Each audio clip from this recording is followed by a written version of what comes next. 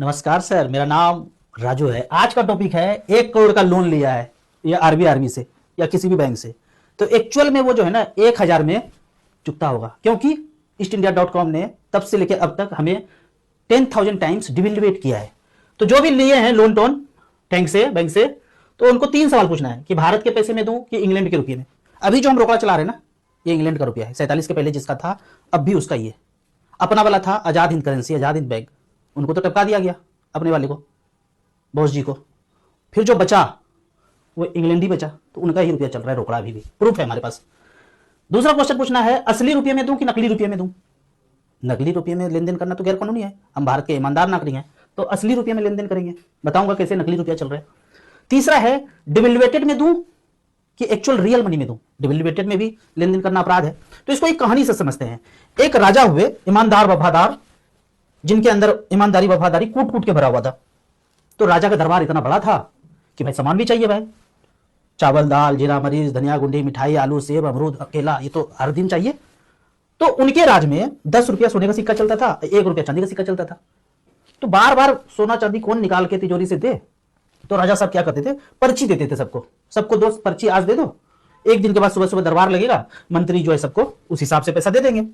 अब वो जो पर्ची देते थे, बड़ा अच्छा सुनहरा कार्ड था, कार्ड में साइन करके ठप्पा मार करके वो 3 रुपया आज का उस समय का 1 फूटी कौड़ी। बताऊंगा फूटी कौड़ी क्या होता है। पहले छोटा छोटा पैसा चलता था, तो उसको क्या नाम था, उसका क्या नाम था, तो वो कार्ड बनाने में आज का 3 रुपया उस समय का 1 फूटी कौड़ी चलता था, यूज होता था। तो ये जो जब भी दरबारों ने जितने वेंडर ने काम किया है, पर्ची लौटाते थे 10 रुपये सोने के सिक्का के हिसाब से, 1 रुपया चांदी के सिक्का के हिसाब से, कम है तो फूटी कौड़ी दमड़ी ये सब के हिसाब से छोटा छोटा आना पैसा चलता था, उस हिसाब से दे देते थे। रोज ऐसे होता था, पर्ची इशू करते थे, पर्ची लेके आते थे, वापस सोना चांदी मिल जाता था। तो राजा इसके लिए क्या करते थे, रिजर्व बैंक ऑफ पर्ची रखते थे, जैसे अभी है ना आरबीआई, वैसे राजा साहब ने क्या किया, जितना पर्ची इशू किया उतना सोना चांदी संग्रहित करके एक गोदाम में रख दिए, तिजोरी में भर के, कि भाई सुबह सुबह आएगा पर्ची दे देना। अब ईमानदारी वफादारी उनमें तो कूट कूट के भरा हुआ था, उस हिसाब से सुबह सुबह 10 बजे तक बराबर कर देते थे, समीकरण सिद्ध कर देते थे, भाई जो पर्ची है वापस कर दो।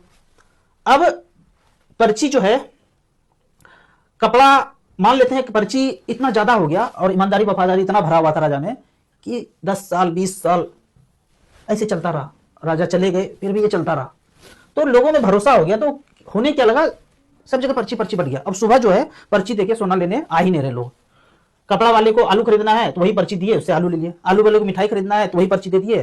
कौन जाए पर्ची बजाने के लिए, सोना चांदी लेने के लिए। राजा साहब तो दे ही देंगे, उनमें ईमानदारी तो भरा पड़ा है।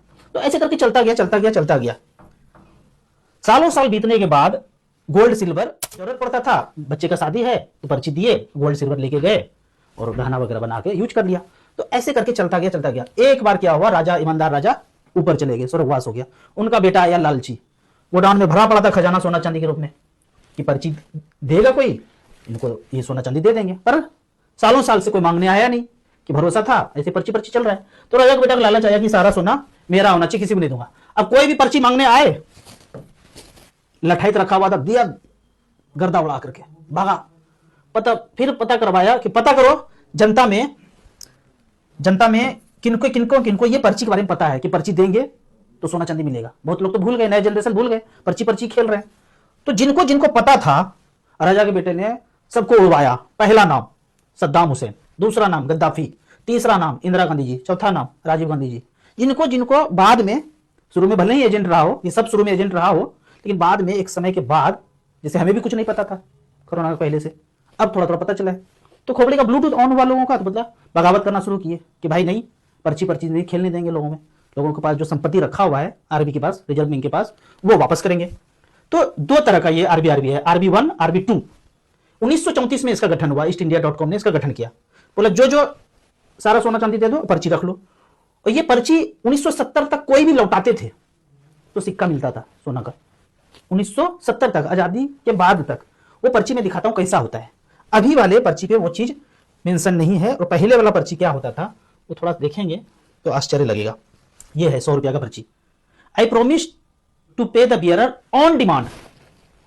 ऑन डिमांड लिखा हुआ इस पे, ऑन डिमांड। जब भी बोलोगे वो सिक्का 10-10 रुपये का, 10 सिक्का 100 रुपया का है तो 10-10 रुपये का, 10 रुपया मतलब 1 सोने का सिक्का, 1 रुपया मतलब 1 चांदी का सिक्का।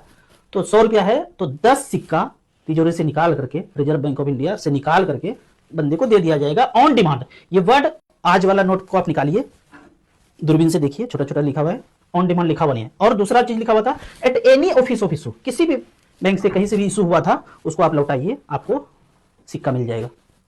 ये दोनों चीज चुपके से 1970 के तकरीबन 67, 68, 69, 70 के बीच डिलीट कर दिया धीरे धीरे करके, और गांधी जी का फोटो चिपका दिया चुपके से।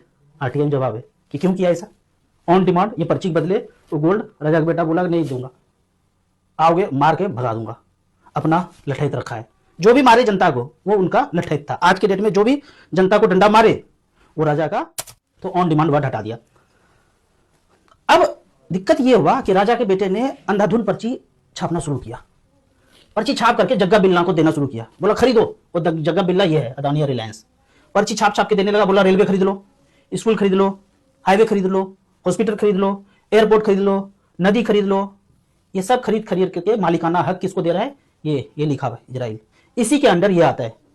आज भी ये आरबी इंग्लैंड का एक शाखा है, और जितने भी चल रहे हैं ब्रांच उसके अंदर है। ये eastindia.com का बदला हुआ रूप है। प्रूफ, सारा का सारा प्रूफ इस किताब में दिया हुआ है।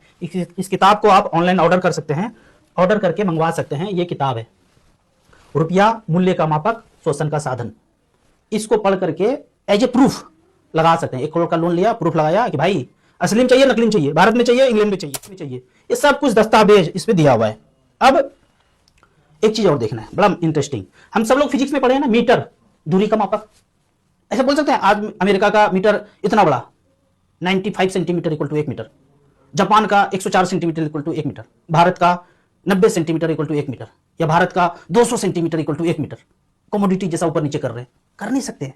फिक्स है, सिद्धांत है, यूनिट है, स्टैंडर्ड है, मानक है। दूरी का मापक मीटर, किलोग्राम वजन का मापक, बड़ा घट नहीं कर सकता है। उसी तरह रुपया मूल्य का मापक है, इससे कोई भी चीज मूल्य मेजर कर सकता हूं। आलू भी, टमाटर भी, प्याज भी, धनिया भी, जीरा भी, मरीच भी, चावल भी, दाल भी, जो भी चीज है वो मूल्य का मापक है। इसको दूसरे उदाहरण से समझते हैं।